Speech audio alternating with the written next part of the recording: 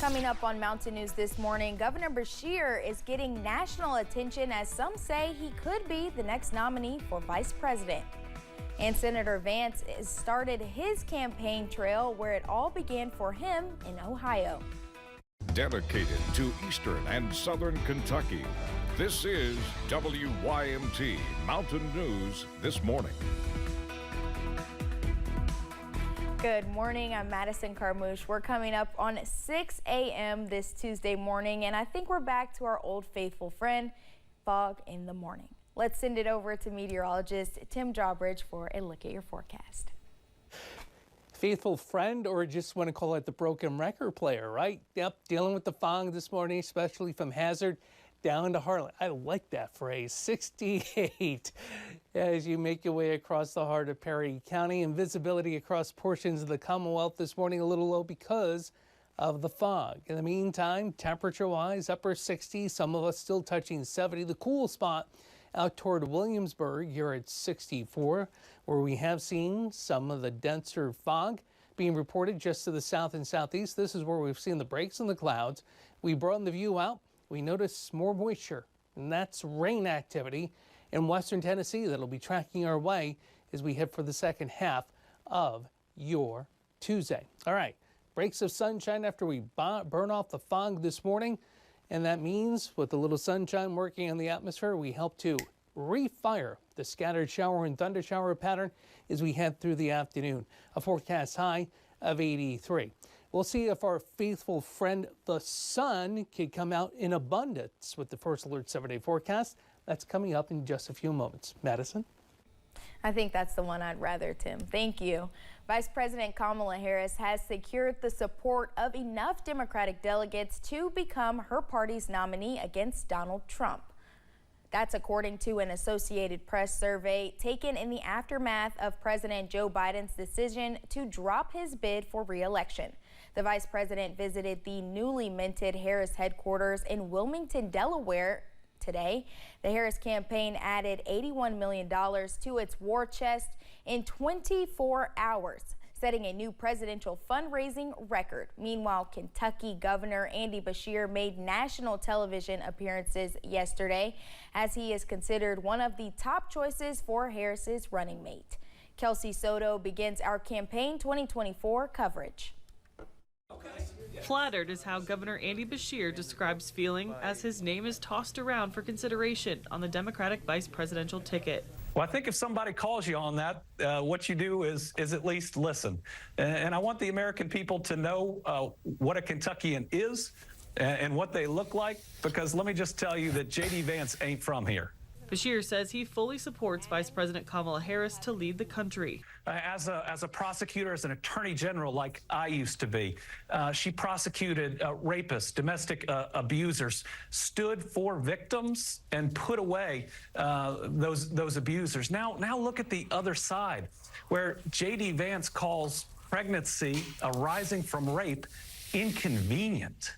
However, some point out Beshear hasn't had to take a stance on a lot of controversial national discussions, like the conflict between Israel and Palestine. Because the goalposts of the Kentucky abortion debate are on the right? Because we have this near total abortion ban, he's able to just say, I don't support this near total abortion ban, instead of having to constantly litigate where exactly he is on that specific issue. And the Bluegrass isn't even a swing state, so it may not be as appealing to the party. When you think about Josh Shapiro in Pennsylvania, Roy Cooper in North Carolina, these are states that really could go either way and have trended, at least in the most recent polls, a little Republican, and are states that Democrats need to get over the finish line. Kentucky is not a state Democrats need. But Lieutenant Governor Jacqueline Coleman said this morning she will be prepared to fill his role if necessary. The reason that they pick a lieutenant governor is to have that succession plan in place, and they pick someone they believe is ready, and I wouldn't have accepted if I didn't think I was ready, and I don't think the governor would have asked me if he didn't think I was ready, so I'm ready. Governor Beshear also appeared on CNN last night. He said the vice president called him personally on Sunday. The governor says he has not been asked to submit any materials for vetting purposes. He said that variety of options floated for a potential VP pick are strong. while also calling out the Trump-Vance campaign. I think any of the names that I'm hearing, and a lot of them are friends, would eat J.D. Vance's lunch every day on a debate stage leading up to November. Vance also called out Governor Beshear in his first solo campaign appearance, saying the governor's political career has been built on the success of his father, former Kentucky Governor Steve Beshear. Kentucky Secretary of State Michael Adams says if a hypothetical Harris-Beshear ticket won in November, the governor would be forced to step down as governor. It would be upon the resignation of the governor as governor. And he could do that in November after the election. He could do that in December when the Electoral College would formally make him vice president-elect. He could do that by January 20th at noon. So it would be up to the governor. Adams adds, unlike some other states, Beshear does not have to resign as governor if he is just a candidate for vice president. Kentucky ballots for the fall election will not need to be changed. They are not printed until September, after the Democratic convention in August in Chicago. Republican vice presidential nominee J.D. Vance hosted his first solo campaign 1 week after being tapped as former President Trump's running mate. Vance took center stage in his hometown of Middletown in the key battleground state of Ohio. The Republican senator took aim at Vice President Harris following this weekend's Democratic shakeup. I was told I was going to get to debate Kamala Harris, and now President Trump's going to get to debate her. I will fight every single day to restore an America that works for Americans. Senator Vance once again reiterated before supporters that he would never forget where he came from. He also is speaking Monday at a second rally in Radford, Virginia. A Lexington man claims he was once a classmate of Vice President Kamala Harris at Howard University in Washington, D.C. Prior to when he got married back in 1984, Jim Coleman met Harris during a campaign speech. Coleman was running for student council president, and he needed help getting the word out to the entire women's dorm about voting for him since he could not go in there. Coleman says a curly-haired young lady volunteered, passing out 50 flyers. And I said, well, what's your name? She said, Kamala, and she laughed again.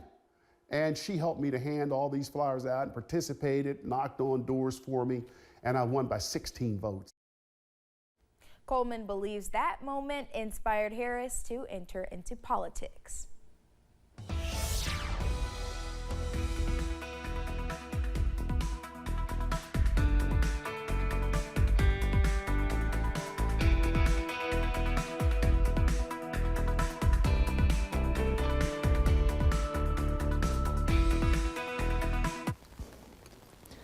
And welcome back. Was looking at some other data coming in, so apologies. Actually, I should have just said I was running for some coffee. Anyhow, some fog issues this morning and 68. Look outside regarding the visibility where we have had the breaks in the clouds, yes, from Harlan to Jonesville. This is where the fog is the thickest, at least according to the reporting stations. And, well, temperature-wise, Harlan's actually one of our warmer locations. It's 70. It's 70 in Monticello, 69 in Prestonsburg, 69 at Ashland. The pinpoint Doppler radar quiet right now, but we anticipate it to become active, meaning showing precipitation as we head through this afternoon. Moisture western towards central Tennessee, and that's what's coming in as we head through the second half of the day today. Actually, it was on the wrong show. It's what I get for looking ahead. Anyhow, preview of what's going to come at us for forecast highs today in the Cumberland Valley, basically between 80 and 85. More about the First Alert 7-day forecast coming up in a few moments. Madison, back to you. Thank you, Tim, and thank you for joining Mountain News this morning. More news is on the way. Still to come, we'll continue our coverage of the 2024 campaign and how Vice President Harris is gaining support.